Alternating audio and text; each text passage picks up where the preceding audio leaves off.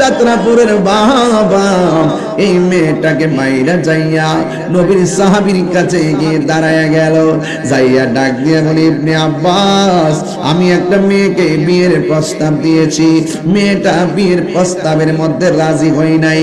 আরেকটা ছেলে মেয়েটারে আমার সামনে বিয়ের প্রস্তাব দিল, এই মেয়েটা বিয়ের প্রস্তাবে রাজি হয়ে গেল। শুধুমাত্র রাজি নয়, এই মেয়েটার সঙ্গে ছেলেটার বিয়ে হয়ে গেল। ইবনে আব্বাস, মেয়েটা যখন আমার প্রস্তাবে রাজি হয় নাই, আমি আমার নিজের হাত দিয়া মেয়েটারে মাইরা ফেলাইছি। এবার ডাক দিয়ে বলে, হুজুর, আমি যেই গুনাহ করেছি গো, আমি যেই অন্যায় করেছি, আমার গুনাহ আল্লাহ মাফ করবনি, এই গুনার ক্ষমা আল্লাহর কাছে আসেনি। আমার নবীর সাহাবী ডাক দিয়া কয়, পাগল, আমি তোমার কাছে জানতে চাই তোমার আম্মা জিন্দা আসেনি? ছেলেটা ডাক দিয়ে বলে, আমার আম্মা জিন্দা নাই। এবার আমার নবীর সাহাবী ডাক দিয়া কয়, তাইলে তুমি আল্লাহর কাছে তওবা করো, আল্লাহর কাছে গুনাহ মাফ চাও। আল্লাহর কাছে গুনাহ মাফ চাইলে আল্লাহ এমন আছে তোমার প্রতি সদয় হতে পারে। নবীর আর একটা সাহাবী মনে মনে কয়, লোকটা এসে প্রশ্ন করলো, নবীর সাহাবী, আমি একটা মেয়ের বিয়ের প্রস্তাব দিয়েছি, মেয়েটা আমার বিয়ের প্রস্তাবে রাজি না হওয়ার কারণে আমি মাইরা ফেলাইছি, কিন্তু এখানে জিজ্ঞাসা করছে আমার ক্ষমার রাস্তা আসেনি। এই সাহাবী তো প্রথম বলতে পারতো আল্লাহর কাছে তওবা করো, কিন্তু এই কথা না বইলা কেন বলছে তোমার আম্মা জিন্দা আসেনি? চিৎকার মাইরা কি আল্লাহু আকবার বলা যাবে না? ওই নবীর সাহাবী দৌড়াইয়া যাইয়া ডাক দিয়া কয়, সাহাবী গো, ও সাহাবী, আপনি ছেলেটারে প্রথমেই তো বলতে পারতেন তুমি যে গুনাহ করেছো আল্লাহর কাছে ক্ষমা চাও। এই কথা না বইলা আপনি কেন বললেন তোমার মা জিন্দা ছিনি? মায়ের সঙ্গে সন্তানের হত্যার সম্পর্ক কি? এই কথা বলার পরে নবীর সাহাবী ডাক দিয়ে কয়, আমি তারে প্রথম কেন বলছি মা সে জাননি, কেন বলছি মায়ের কথা কেন জিজ্ঞাসা করছি? কারণ এই পৃথিবীর মধ্যে একটা মাত্র মানুষ দোয়া করলে মাঝখানে কোনো পর্দা থাকে না, ডাইরেক্ট আল্লাহর দরবারে কবুল হয়ে যায়।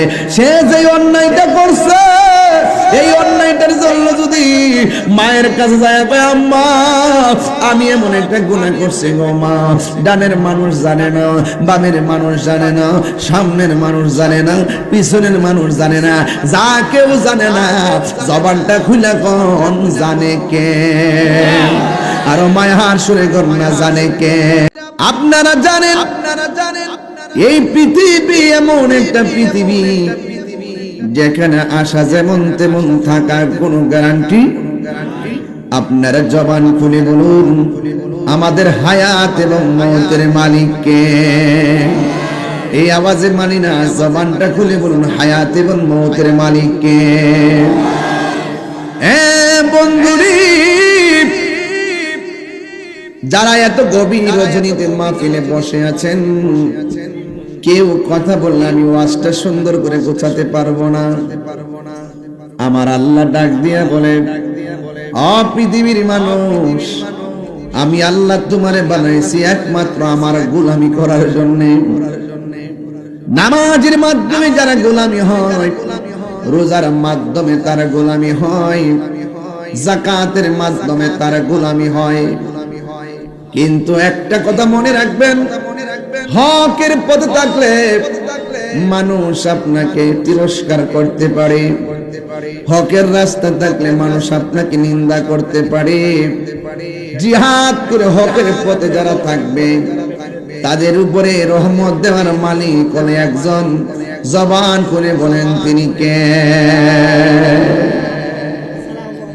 আল্লাহু ওয়ালিউল্লাযীনা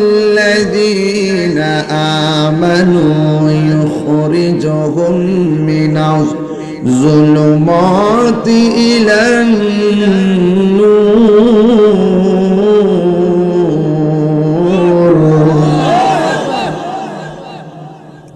আপনি যদি আপনার অন্তরে যদি আল্লাহর ভয় রাখেন, ডানে বিপদ, বামে বিপদ, সামনে বিপদ, পিছনে বিপদ, আপনার অন্তরে যদি আল্লাহর ভয় থাকে, এই অন্ধকার থেকে আলোর পথে নিয়ে যাবেন একজন। জবান খুলে বলেন তিনি কে? তাহিরির বিরুদ্ধে, সুন্নিদের বিরুদ্ধে, শুধু আমার না, গোটা সুন্নিদের বিরুদ্ধে ষড়যন্ত্র শুরু হয়ে গেছে। মাজারের মধ্যে আগুন লাগাইছে, মসজিদের মধ্যে আগুন লাগাইছে, দরবারের সব গরু ছাগল যা আছে সব চুরি করে লইয়া গেছে।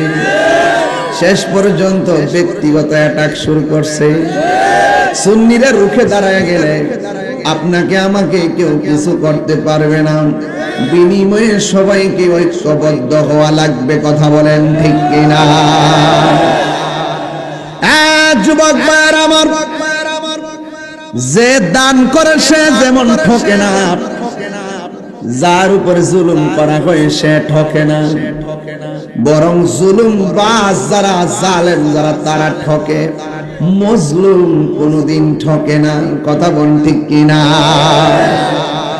আহা, এই যুবকরা মনোযোগ দেন, মনোযোগ দেন। আমি আপনাদের কাছে ওই কথাটাই বলবো। আমার নবী, আপনার নবী রাহমাতুল লিল আলামিনের একটা সাহাবী, যার নাম হলো ইবনে আব্বাস। একটা লোক আসতেন ইবনে আব্বাসের কাছে। আল্লাহু আকবার বলবেন না?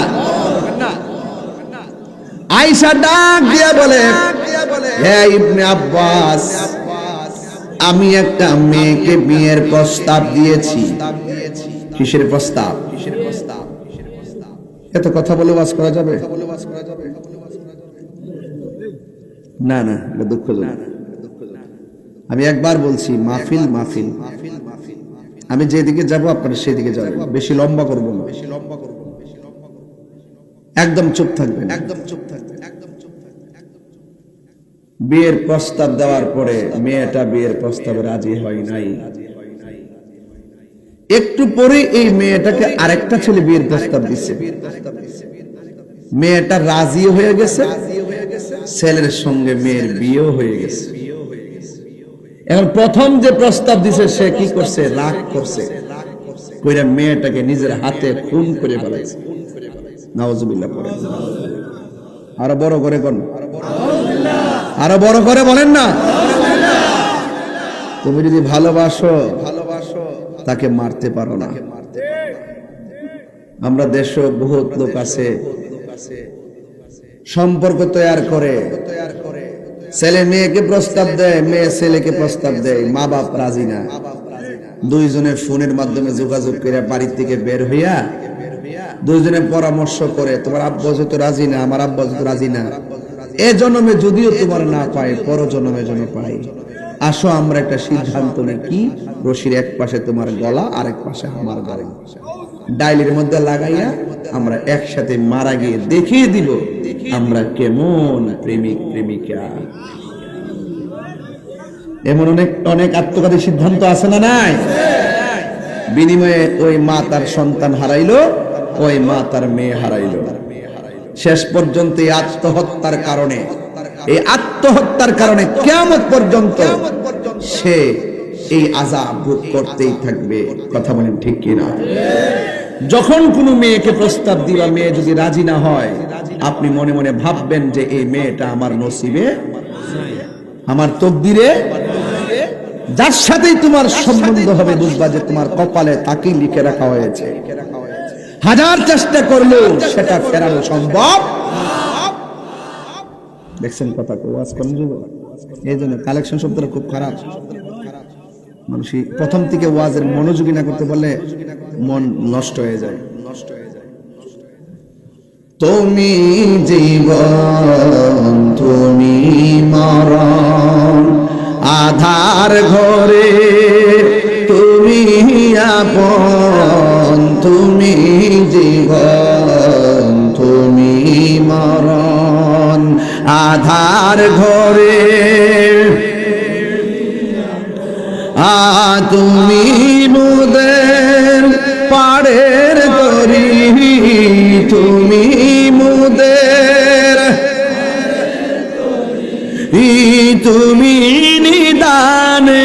কোরআনে ওয়ালা ইয়া রাসূলুল্লাহ। এই তো সুন্দর, লা ইয়া রাসূলুল্লাহ বিবাল্লাহ ইয়া রাসূলুল্লাহ, তুমি মোদের আশার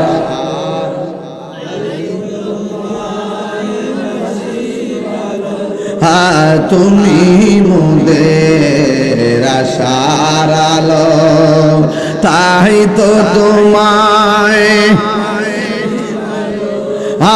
হৃদয় নামের ফুলদানিতে, হৃদয় না গেতে রেখেছি প্রেমের মালা ইয়া রাসূলুল্লাহ বল্লা ইয়া রাসূলুল্লাহ ইয়া হাবিবাল্লাহ ইয়া রাসূলুল্লাহ। একটা জবান বন্ধ রাখবেন না হায়াত এবং মওতের মালিককে। ভাইরে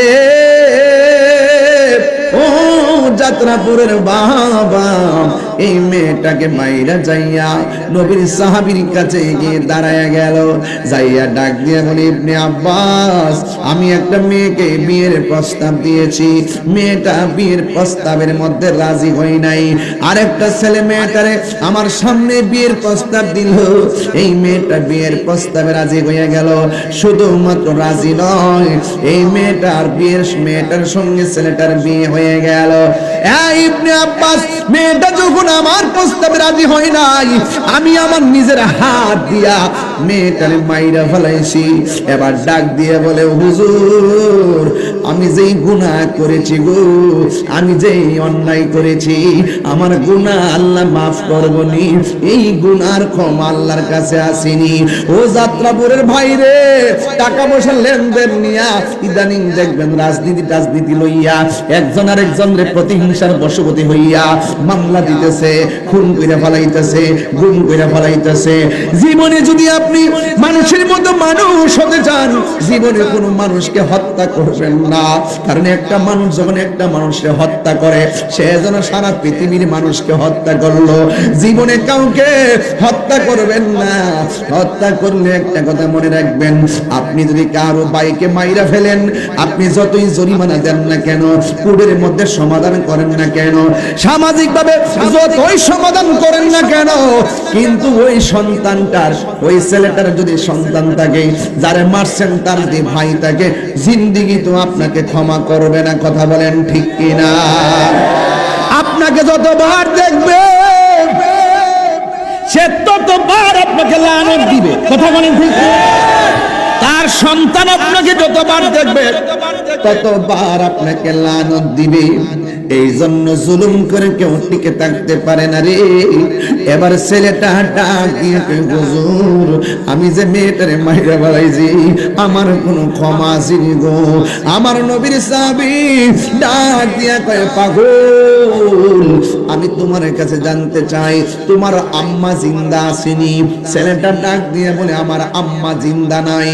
এবার আমার নবীর সাহাবী ডাক দিয়া কয়, তাইলে তুমি আল্লাহর কাছে তওবা করো, আল্লাহর কাছে গুনাহ মাফ চাও। আল্লাহর কাছে গুনাহ মাফ চাইলে আল্লাহ এমন আছে তোমার প্রতি সদয় হতে পারে। নবীর আর একটা সাহাবী মনে মনে কয়, লোকটা এসে প্রশ্ন করলো, নবীর সাহাবী, আমি একটা মেয়ের বিয়ের প্রস্তাব দিয়েছি, মেয়েটা আমার বিয়ের প্রস্তাবে রাজি না হওয়ার কারণে আমি মাইরা ফেলাইছি, কিন্তু এখানে জিজ্ঞাসা করছে আমার ক্ষমার রাস্তা আসেনি। এই সাহাবী তো প্রথম বলতে পারতো আল্লাহর কাছে তওবা করো, কিন্তু এই কথা না বইলা কেন বলছে তোমার আম্মা জিন্দা আসেনি? চিৎকার মাইরা কি আল্লাহু আকবার বলা যাবে না? ওই নবীর সাহাবী দৌড়াইয়া যাইয়া ডাক দিয়া কয়, সাহাবী গো, ও সাহাবী, আপনি ছেলেটারে প্রথমই তো বলতে পারতেন তুমি যে গুনাহ করেছো আল্লাহর কাছে ক্ষমা চাও। এই কথা না বইলা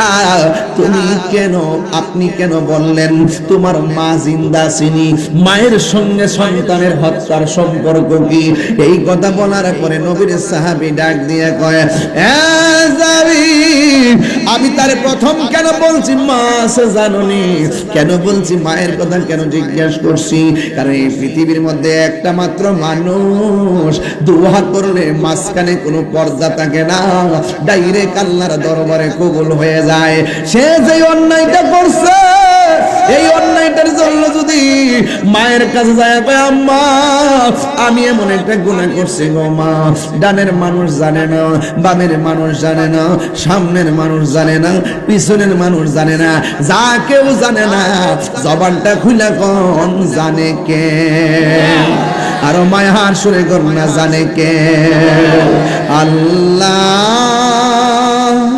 ও গো আল্লাহ ক্ষমা করে দাও, মাফ করে দাও, বললেন ক্ষমা করে দাও, দাও। যতদিন জীবন বিনা বাজিবে, যতদিন জীবন বিনা বাজিবে, সুপথে চালাও, মাফ করে দাও, বলুন সুপথে চালাও, মাফ করে দাও। আল্লাহ ক্ষমা করে দাও, মাফ করে দাও, ক্ষমা করে দাও, মাফ করে দাও। এ যুবক গুনাহ মাফের মালিক কে? এই আওয়াজে মানি না, জবানটা খুলে বলুন গুনাহ মাফের মালিক কে? ওই সাহাবী ডাক দিয়া বলে, হে সাহাবী আমি কেন তারে মা জিন্দা আছে কিনা কেন জিজ্ঞাসা করছি? পৃথিবীর কারো কাছে মনের কথা বলা যায় না, মায়ের কাছে যদি তার মনের কথাটা বলে অপরাধটা স্বীকার করে, মা যদি বলে পুত্রে করলে কি, ওই মা যদি শেষ হয়ে যদি তাহাজ্জুদের নামাজের মধ্যে বৈশা যদি আল্লাহরে কয়, ও আল্লাহ, ও যাত্রাপুরের বাবা, জবানটা খুলে বলো আল্লাহ, আরো মায়ার সুরে বলুন আল্লাহ, আরো মায়ার সুরে বলুন আল্লাহ, ও আল্লাহ আমার পোলা এমন একটা গুনাহ করছে। আপনারা জবান করে বলেন মায়ের দোয়া লাগে কি লাগে না? মায়ের বদদোয়া লাগে কি লাগে না? এই জায়গার মধ্যে ওয়াজটা রাখতে আরেকটা কথা কয় লাগবে। আমার নবী আপনার নবী গুরুস্থানের, এখানে গুরুস্থান আছে না, গুরুস্থানের মধ্যে আমার নবী গেছেন। আল্লাহ বলছে ওয়ামা ইয়াস্তাবিল আহিয়া ওয়াল আমওয়াত, যারা জিন্দা যারা মুর্দা এরা কোনোদিন এক হতে পারে না। যারা জিন্দা যারা মরা এরা কোনোদিন এক হতে পারে না। ইন্নাল্লাহা ইয়াসমিউ মাইয়াশা, যাদেরকে আমার আল্লাহ তৌফিক দেয় এরা উপরে কবর উপরে থাকলেও কবর ভিতরে কি হয় না হয় দেখার ক্ষমতা আছে না নাই? আমার নবী রাহমাতুল লিল আলামিন এমন একজন পয়গম্বর যিনি তিনি উপরে থাকলেও কবর ভিতরে খবর নেওয়ার খবর আছে। আমার নবী একদিন গুরুস্থানের মধ্যে গেল, যাইয়া দেখতেছেন গুরুস্থানের মধ্যে যতগুলো লাশ দাফন করা হয়েছে প্রত্যেকটা লাশের পিঠের নিচে আমার আল্লাহ জান্নাতের গালিচা বিছায়া রেখে দিয়েছে। এই আওয়াজে মানি না, জবান খুলে কন্যা আল্লাহু আকবার। আমার নবী মুস্কি মুস্কি হাসলেন। আমার নবী ডাক দিয়ে কয় সাহাবীরা রে, এই গুরুস্থানটা নতুন হিসাবে প্রত্যেকটা লাশের নিচে আমার আল্লাহ জান্নাতের গালিচা বিছায়া রাখছি। দেখতে দেখতে নবী আমার আরেকটা কবর পারে গেল, যাইয়া নবী চোখের পানি ফালায়া ফালায়া কান্না শুরু করলো। নবীর সাহাবীরা ডাক দিয়ে কয় নবী গো, আপনার হাসি দেখলে মনে শান্তি পায়, আপনার চোখে পানি দেখলে আমাদের হতাশার শেষ নাই। ইয়া রাসূলুল্লাহ, সব কবর দেখা আপনি মুচকি মুচকি হাসলেন, আর একটা কবর দেইকা কেন গো আপনি চোখের পানি ফালায়া ফালায়া কানলেন? আমার নবী ডাক দিয়ে কই, সাহাবীরা, আমি নবী যাহা জানি তোমরা তা জানো না, আমি নবী যাহা দেখি তোমরা তা দেখো না, আমি নবী যাহা শুনি তোমরা তা শুনো না। আপনারা জবান খুলে বলুন, আমার নবী মাটির উপরে, আমার নবী কবরের নিচে দেখার ক্ষমতা আছে না নাই? এটা কি মোল্লার কথা না আল্লাহর কথা? ইন্নাল্লাহা ইউসমিউ মান ইয়াশা,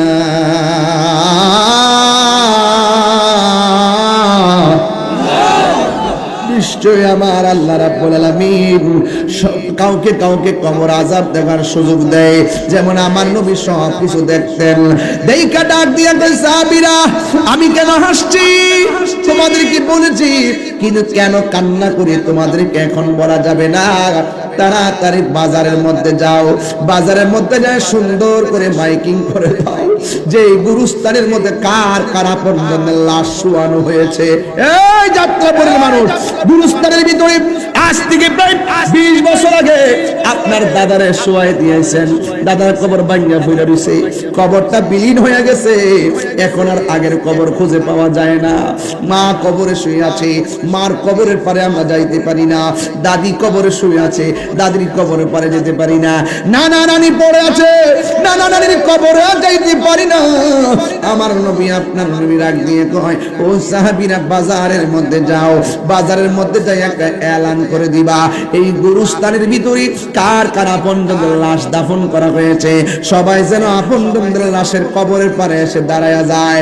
সবাই যাইয়া এলান করে দিল, রাহমাতুল লিল আলামিন সুন্দর করে ঘোষণা করে দিলেন। নবীর ঘোষণা শুনি না সবাই গুরুস্থানের মধ্যে লাইন ধরে এসে গেছে, সন্তানের পাশে মা দাঁড়ায় গেছে, সন্তানের পাশে বাবা দাঁড়ায় গেছে, ভাইয়ের পাশে ভাই দাঁড়ায় গেছে, স্বামীর পাশে স্ত্রী দাঁড়ায় গেছে, এতিমের মতো কইরা কবর পাড়ের মধ্যে সুন্দর করে দাঁড়ায় গেছে। আর সাহাবায়ে কেরাম অপেক্ষা করতেছে। নবী আমার সব কবর দেখে হাসলেন, একটা কবর দেখে নবী কেন কানলেন? এই কবরটার রহস্যটা কি? এই কবর রহস্য আমার নবী জানে কি জানে না? আমার নবী তাকায় রইছে, এই কবরের পারে কে আসে দেখতেছেন। একটা বুড়া মহিলা, লাঠি বড় করে করে হাঁটতে পারে না, কোমরটা বাঁকা। নবী আমার অর্ডার দিছে, নবীর কথা মানতে যাইয়া দৌড়াইয়া লাঠি বড় কইরা গুরুস্থানের ভিতরে যখন ঢুকে গেছে, ওই মুহূর্তে সাহাবায়ে কেরাম কয়, ওই যে মহিলাটা ওই কবর পরে আসতেছে, যে এই কবরটা দেখে আমার নবী চোখের পানি ফেলে কান্না করেছেন। ইন দি মিন টাইমে মহিলাটা লাঠি বড় কইরা ওই কবরের পরে যখন দাঁড়াইছে, আমার নবী আপনার নবী রাহমাতুল লিল আলামিন ডাক দিয়া বলেন, ইয়া রাসূলুল্লাহ, ইয়া হাবিবাল্লাহ। ওই কবরের পরে মহিলাটা দাঁড়াইছে, সাহাবায়ে কেরাম বলে, ইয়া রাসূলুল্লাহ, ওই মহিলাটা কবরের পারে দাঁড়াইছে। আল্লাহর হাবিব মহিলাটাকে ডাক দিয়া বলে, মা মা, এই কবরের পারে আপনি দাঁড়াইছেন, আমি নবী জানতে চাই কবরের ভিতরে লাশ হয়ে কে পড়ে আছে? ওই মহিলাটা চোখের পানি ফালায়া ফালায়া কান্দা গয়, ও নবী গো, এই সন্তানটা আমার সন্তান কবরে আছে। আমার নবী কয়, মা আপনি জানেননি আপনার সন্তানটা কবরে কেমন আছে? মহিলাটা ডাক দিয়ে কয়, আল্লাহ এবং তার নবী ভালো জানে, আল্লাহ এবং তার হাবিব ভালো জানে। আমার নবী ডাক দিয়ে বলে, মা গো, ও মা, এই সন্তানটা কবরের ভিতরে জাহান্নামের বিছানার মধ্যে ছটফট করতেছে, আর কান্নার আওয়াজে মাগরিব থেকে মাশরিক, শিমাল থেকে জুনুব পর্যন্ত মানুষ এবং জিন ছাড়া সবাই তার কান্নার আওয়াজে অতিষ্ঠ হয়ে গেছে। এমন ভাবে জাহান্নামের আগুনের বিছানার মধ্যে পড়ে আছে। এই কথাটা মা শুনলেন। পৃথিবীর সব মা সন্তান কান্নার কষ্টের কথা শুনলে চোখের পানি ফেলায় কান্দে, কিন্তু এই বুড়া মহিলা হাতের মধ্যে লাঠি লইয়া তিনি আর কান্দে না, তিনি একটা মুস্কি হাসি মারছে।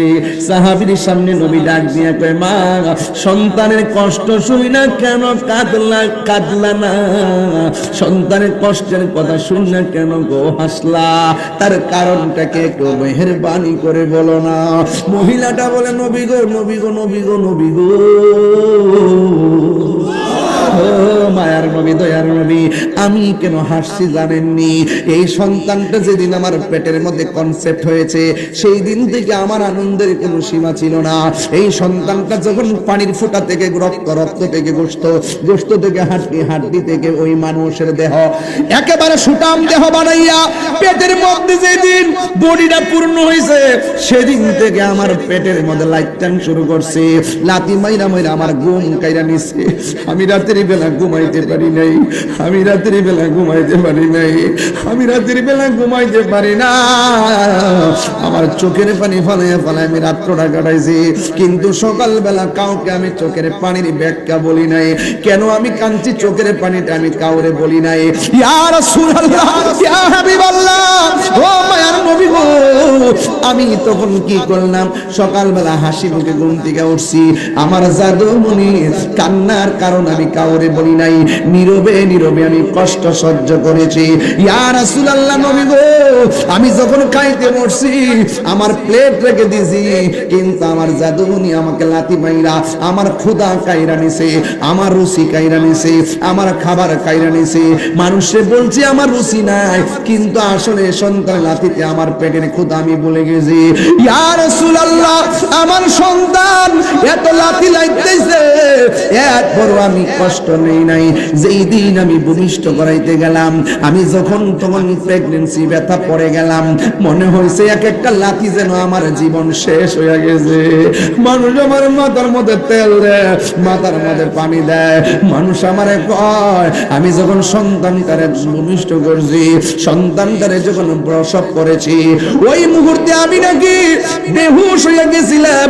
এই জন্য আমি একবারে মৃত্যুর ঘাট থেকে আমি ফিরাইছি। কিন্তু শত হইল তো আমার জাদুমণি ডান দিকে প্রস্রাব করছে, আমি বাম দিকে নিলাম, বাম দিকে প্রস্রাব করছে, আমি বুকের উপরে রাখলাম। নিজের কাপড়টারে টুকরা টুকরা বানাইয়া, তলবিস্তা বানাইয়া আমার জাদুমণির আমি এমন ভাবে তিলে তিলে মানুষ করছি। নবী গো, আল্লাহ বলছে, ইম্মা ইয়াবলুগান্না ইনদাকাল কিবারা আহাদুহুমা ওয়ালা তাকুল্লাহুমা উফফি ওয়ালা তানহারহুমা ওয়া কুল্লাহুমা কাওলান কারীমা। আল্লাহ বলছে, মা বাপ যদি বুড়াও হয়ে যায়, তার লগে গেবাড়ি দেখে কথা কইও না। শুধুমাত্র মা বাপ যতদিন রুজি করে ততদিন পর্যন্ত মা বাপরে অনেক সন্তান মানে। যেই মাত্র মা বাপটা বেকার হয়ে যায়, যেই মাত্র মা বাপটা বুড়া হয়ে যায়, যেই মাত্র মা বাপটা হাত পা লড়াইতে পারে না, ওই মুহূর্তে মা উপহাসের পাত্র হয়ে যায়। সন্তান রুজি করে তার গেটআপটা বাইরে যায়, আল্লাহ সহ্য করবে না। কথা বলেন ঠিক কিনা? ওই মা ডাক দিয়ে কই, ও ইয়া রাসূলুল্লাহ, নবী গো, মায়ার নবী, আমার সন্তানটা আমি তিনে তিনে বড় করছি। তিনে তিনে বড় করার পরে আমার সন্তানটারে যখন আমি বড় করলাম, আমি বেকার হয়ে গেলাম। আগের মতো আমি হাঁটতে পারি না, আগের মতো আমি চলতে পারি না, কিন্তু আমার সন্তান আমার খবর লয় না। এত যে আমি বুঝাইলাম, এরপর আমার সন্তানটা আমারও খবর লয় না। ও নবী, এমন ভাবে আমার কষ্ট দিতে দিতে একেবারে দেয়ালের মধ্যে পিঠটা লাগাইয়া ফেলাইছে। মা বাপ সন্তানরে ফারতে বদদুয়া দেয় না রে। দেয়ালের মধ্যে কষ্টের স্টিমুলার ছাপায়া দিলে মা বদদুয়া দেয়। এই বদদুয়া দিলে হাত তোলা লাগে না। যদি কই উফ করলে কি এসপি ফকির হয়ে যাবে, ডিসি ফকির হয়ে যাবে, হুজুর ফকির হয়ে যাবে, ও পুত্রে করলে কি হাতটা তোলা লাগবে না, জীবন ধ্বংস হয়ে যাবে। এই বাপটারে যে দমক মারো, এই বাপটা খালি পকেটে বহুতবার বাজারে গেছে, কোথায় থেকে টাকাটা আনছে, কেমনে বাজার কইরা ফাঁসকা ফুলার জিব্বার ভাল চাইয়া চাইয়া বাজার কইরা কইরা খাওয়ানটা খাওয়াইছে। এই বাপটার কষ্টগুলার মূল্য তুমি দিতে পারবা না রে বাবা। এই জন্য বাপটা এমন একটা বটগাছ, কি দিয়ে ওয়াজ বুঝাইতাম। ওই বাপটা যার চইলা গেছে সে জানে বাপারা বেতা কত। কথা বলেন ঠিক কিনা? বাবা গো, বাবা, সাউন্ডটা তুলে দেন বাবা। বাবা গো, বাবা, বাবা গো,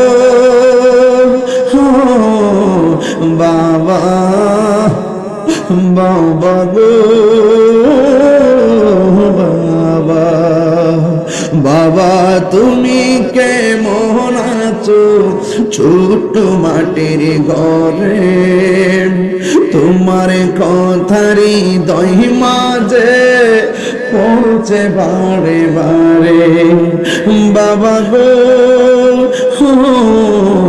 বাবা বাবা গো বাবাই কত আদরে কত স্নেহ তোমার কাছে পেলাম সব কিছু হারিয়ে আজকে নিঃস্ব হয়ে গেলাম কত আদরে কত স্নেহ তোমার কাছে পেলাম সব কিছু হারিয়ে আজকে নিঃস্ব হয়ে গেলাম ভালোবাসি তোমায় বাবা আমার আদরের বন্ধুরা আপনারা বলেন ভালোবাসি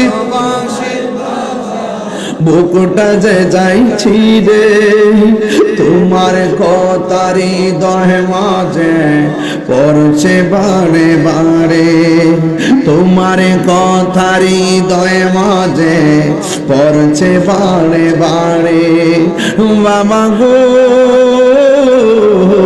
বাবা বাবা গো বাবা দরজাটা খুলতে খে যাই ধোকা মা বুঝি বলছে এলে নাকি খোকা বুকের ভেতরটা নড়ে চড়ে উঠে চোখ বেয়ে জল নেমে আসে শুধু মানে শুধু মানে শুধু মানে শুধু মানে এই সেই ঘর এই সেই খাট বিছানার পাশে আছে পানির বাটার চশমাটা পড়ে আছে পাশে শুধু মানে শুধু মাই জানি ফিরে পাবো না হারানো তিথি বাবা শুধু তাহিরির প্রেমে বাঁধা স্মৃতি বুকের ভেতরটা নড়ে চড়ে ওঠে চোখে বেয়ে জল নেমে আসে শুধু মানে শুধু মানে শুধু মানে শুধু মানে একটা জবানও বন্ধ রাখবেন না চিৎকার মেরে কন্যা আল্লাহু আকবার